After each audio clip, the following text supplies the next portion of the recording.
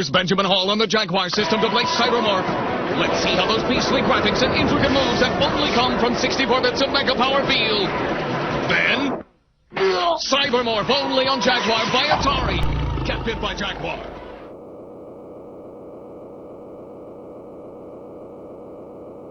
Damn.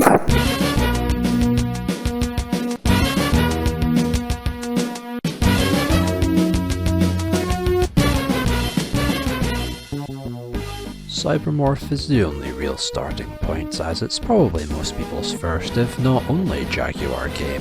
Hell, it's probably the most single common thing in the whole Jaguar world. More Cybermorphs than Jaguars.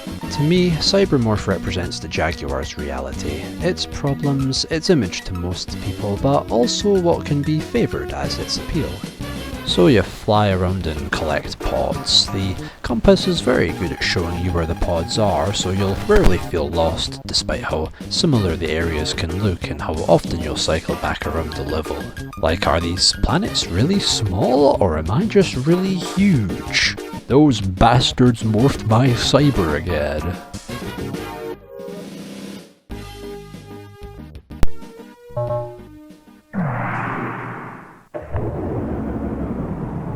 Good luck.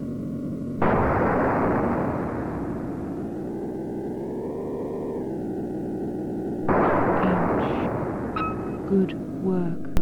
Yeah, collecting pods is basically it. Some need to be broken out of buildings or containers, but most just sit there. Grab a certain few and get to the exit. Sometimes you'll need to navigate around with teleporters or open up force fields, destroy things, but it just still revolves around gathering pods. And in all fairness, it's not bad. It's satisfying in that kind of work sim way. So it's less like you're some badass space warrior blasting heroically from exploding planet to planet, valiantly warring a one-man army against the violent tyranny of space demons, and more that you're just some interstellar janitor cleaning up all this shit left by them space fly tippers, whilst occasionally fending off the odd mugging or rowdy hostile locals who don't want you fucking around on their emerald green hellscapes.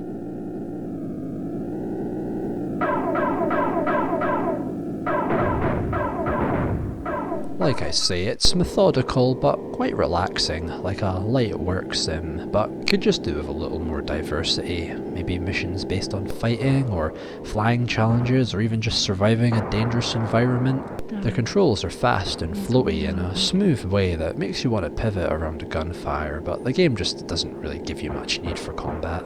But hey, what I'm here for is the cloth-patterned, psychotic, desolate, multicoloured, silently folding wastelands. The atmosphere in Cybermorph is quite special. A quiet, spacey engine drone, zen-like cryosleep kinda shit.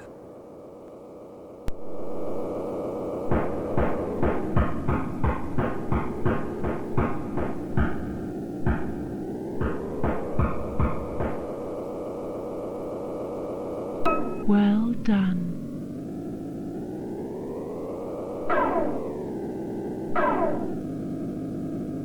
But yet this is a game, so enjoying it for that ambience is just a little hard when there's a rather boring game sitting right in its way. Cybermorph is not bad, I like it, but it's just dull, and not much of a gameplay sales pitch.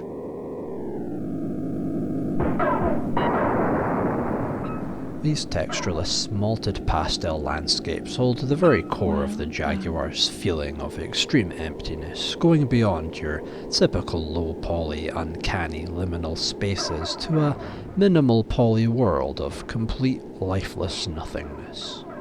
Yeah, it looks like Bubsy 3D's bright, flat polygons. You can almost imagine that fucking cat running around down in these valleys harvesting atoms or whatever that crazy bastard does in his spare time.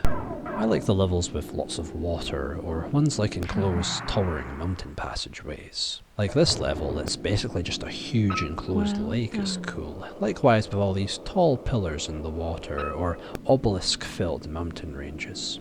The details too, the bridges across the lakes, the satellite masts lining around these cities who seem loosely connected by roads veering off into nowhere.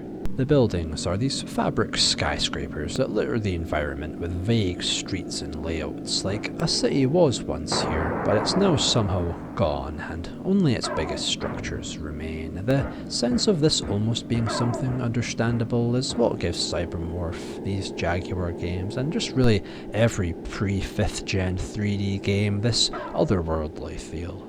It's that PS1 Liminal cool shit, but just turned down to a more abstract form. And unless you also like playing old games like a complete psychopath, then I am going to just come across as a complete fucking psychopath, but it's fascinating how these visuals and atmosphere basically come by complete accident, like something spontaneous that can never be replicated. Though contact with buildings is instant death, and some pods are nestled between them, so you gotta carefully inch your way through them, but it's a nice break from the endless flying over pea-stained valleys. All the cameras give cool shots of these landscapes, and I like the teleportation gem spheres thing you start the level in, some cool geometry pattern type shit. And the dimly coloured gradient skies are quite serene, really feeling like a completely distant void of an astral plane.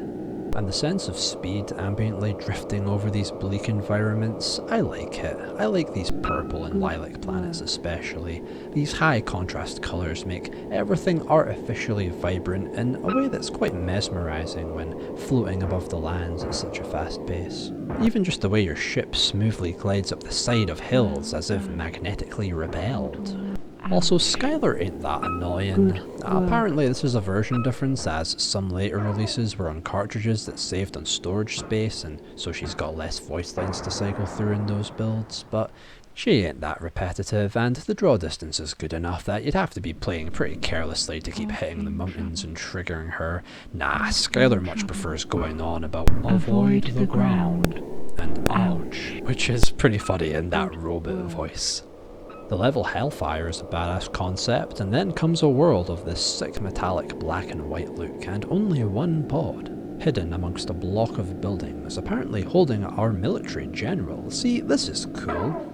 If Cybermorph had that extra development time the devs wanted, the rest of the game could have had this theming and more purposeful design. Keeping the pod collecting, but just giving it different twists and scenarios, or just making more creative levels with them, like this one other later stage that's this gridded island settlement maze.